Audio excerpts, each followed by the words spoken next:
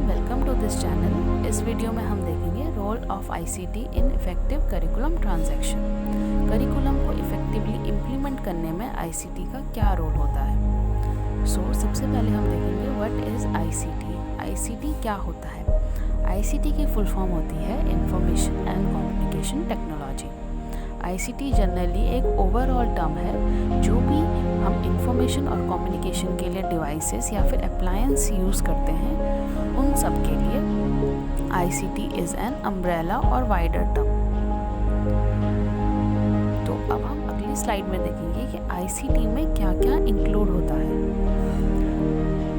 ICT includes जो भी communication devices हैं जैसे radio, television, cell phones, computer, network hardware, satellite systems and so on. इसके अलावा जो भी चीज़ें, सर्विसेज या फिर अप्लायंस हम वीडियो कॉन्फ्रेंसिंग या फिर डिस्टेंस लर्निंग के लिए यूज़ करते हैं, वो भी हम आईसीटी में इंक्लूड करते हैं।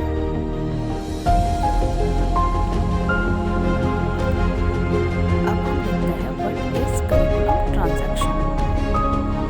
करिकुलम ट्रांजैक्शन का मतलब है कि जो लेसन प्लान है या फिर जो करिकुलम है उसको हम क्लासरूम में कैसे इफेक्टिवली इम्प्लीमेंट करेंगे।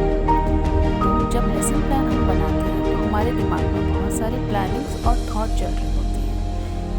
उनका लेसन प्लान का बेनिफिट तभी बच्चों को मिलेगा जब हमने जो इम्प्लीमेंटेशन करा है, जो हमने अपनी बात बच्चों तक पहुंचाई है, वो इफ़ेक्टिव होगी, वो स्ट्रॉन्ग होगी। चाहे वो सर्किल टाइम हो, प्रोजेक्ट वर्क हो, सब्जेक्ट टाइम हो या फिर म्यूज़िक टाइम हो। तो टीचर का जो एफ़र्ट है वो उसी डायरेक्शन में लगना चाहिए कि इफ़ेक्टिवली बच्चों के ग्रुप तक हम अपनी बात कैसे पहुंचाएं। इसी वजह से हम लेसन प्लान को एडवांस में प्रिपेयर करते हैं और प्रिपरेशन और इम्प्लीमेंटेशन के बीच में एक गैप होता है।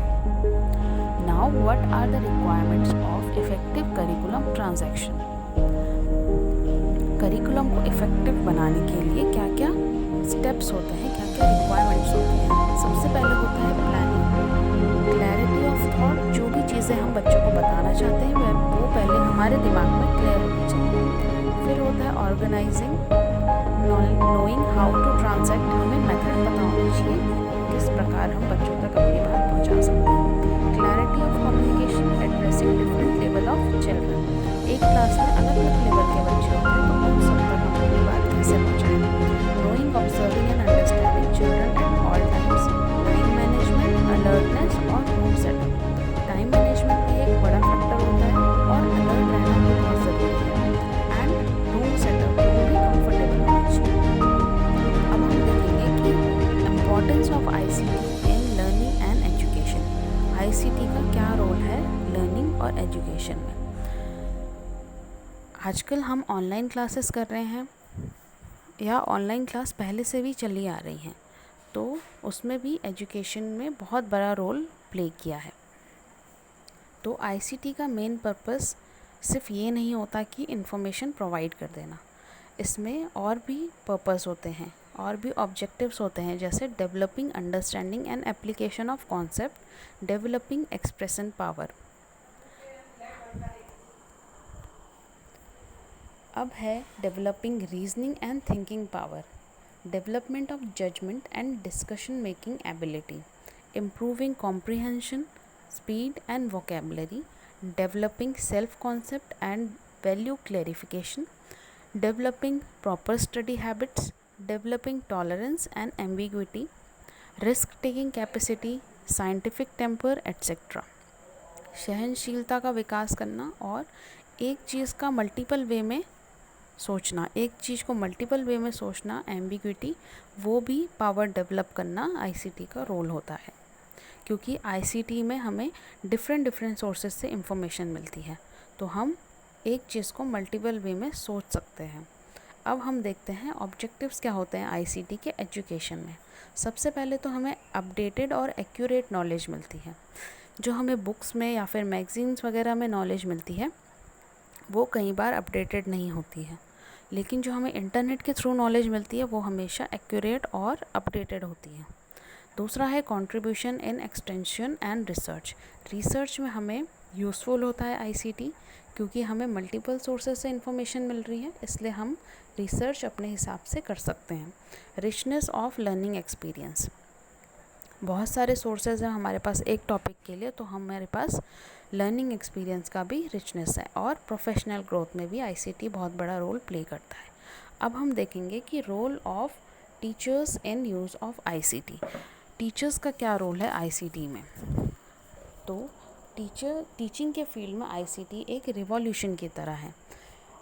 जेनकिंस है, उन्होंने बताया था कि जो आईसीटी है वो लर्निंग प्रोसेस में बहुत बड़ा चेंज लाता है। हमारे जो इंटरेक्शन के साधन हैं उनमें चेंजेस लाता है, टीचिंग टेक्निक्स में चेंजेस लाता है। टीचर एक फैसिलिटेटर का काम करता है। इसका मतलब है टीचर एक गाइड का काम करता है जो बच्चों को असिस्ट करता है लर्निंग में, सीखने में।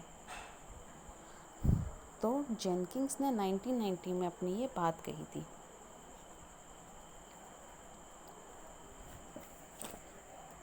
अब हम बढ़ते हैं नेक्स्ट स्लाइड की ओर, जिसमें हम देखेंगे कि जेनकिंस ने और क्या क्या टीचर्स के रोल के बारे में हाईलाइट किया था। सबसे पहले तो उन्होंने बताया था कि टीचर और प्यूपिल के रिलेशनशिप में चेंजेस आते हैं, क्योंकि टीचर एक फैसिलिटेटर का काम कर रहा है। दूसरा है change in the role to facilitator and managers who support teaching. ये पॉइंट भी सेम है। इसमें टीचर एक मैनेजर या फिर फैसिलिटेटर का काम कर रहा है जो लर्निंग या टीचिंग को सपोर्ट करेंगे। पहले क्या था, ऑटोक्रेटिक मोड ऑफ टीचिंग था, जिसमें टीचर सिर्फ बोलते थे। अब टीचर एक फैसिलिटेटर का काम भी कर रहा है। अब हम देखेंगे कि बैरियर्स क्या क्या आते हैं आईसीटी के वे में, क्या क्या समस्याएं आएंगी। सबसे पहले तो फिज़िकल बैरियर्स आती हैं, जैसे कि इलेक्ट्रिसिटी की कमी। जो रिमोट एरिया है वहाँ पे इलेक्ट्रिसिटी नहीं होती है जनरली, तो आईसीटी बेसिकली इलेक्ट्रिसिटी पे बेस है, सैटेलाइट सिस्टम पे बेस है, तो फिर इसकी प्रॉब्लम आती है। प्राइमरी स्कूल में भी पावर कट हो जाता है कभी, और रिमोट एरिया में डेवलपमेंट कम होता है। कंप्यूटर्स, फोटोकॉपीज, फैक्स मशीन वहाँ पे होती तो हैं, लेकिन उनको इलेक्ट्रिसिटी चाहिए होती है चलने के लिए, और जो जनरेटर्स होता है वो बहुत ज़्यादा एक्सपेंसिव होते हैं, इसीलिए वो रेगुलर सप्लाई ऑफ एनर्जी नहीं कर पाते हैं। अब इसके आगे हम बढ़ते हैं, तो लैक ऑफ फंड्स भी एक बहुत बड़ा रीज़न है आईसीटी के इफ़ेक्टिवली इम्प्लीमेंट ना होने में।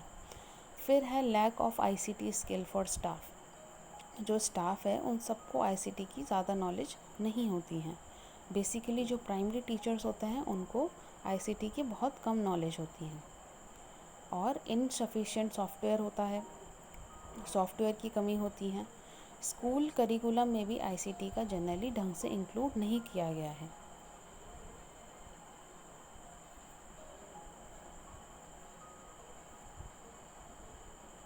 इसके अलावा जो सूटेबल सेट सॉफ्टवेयर्स हैं उन्हें हमें डेवलप करना है।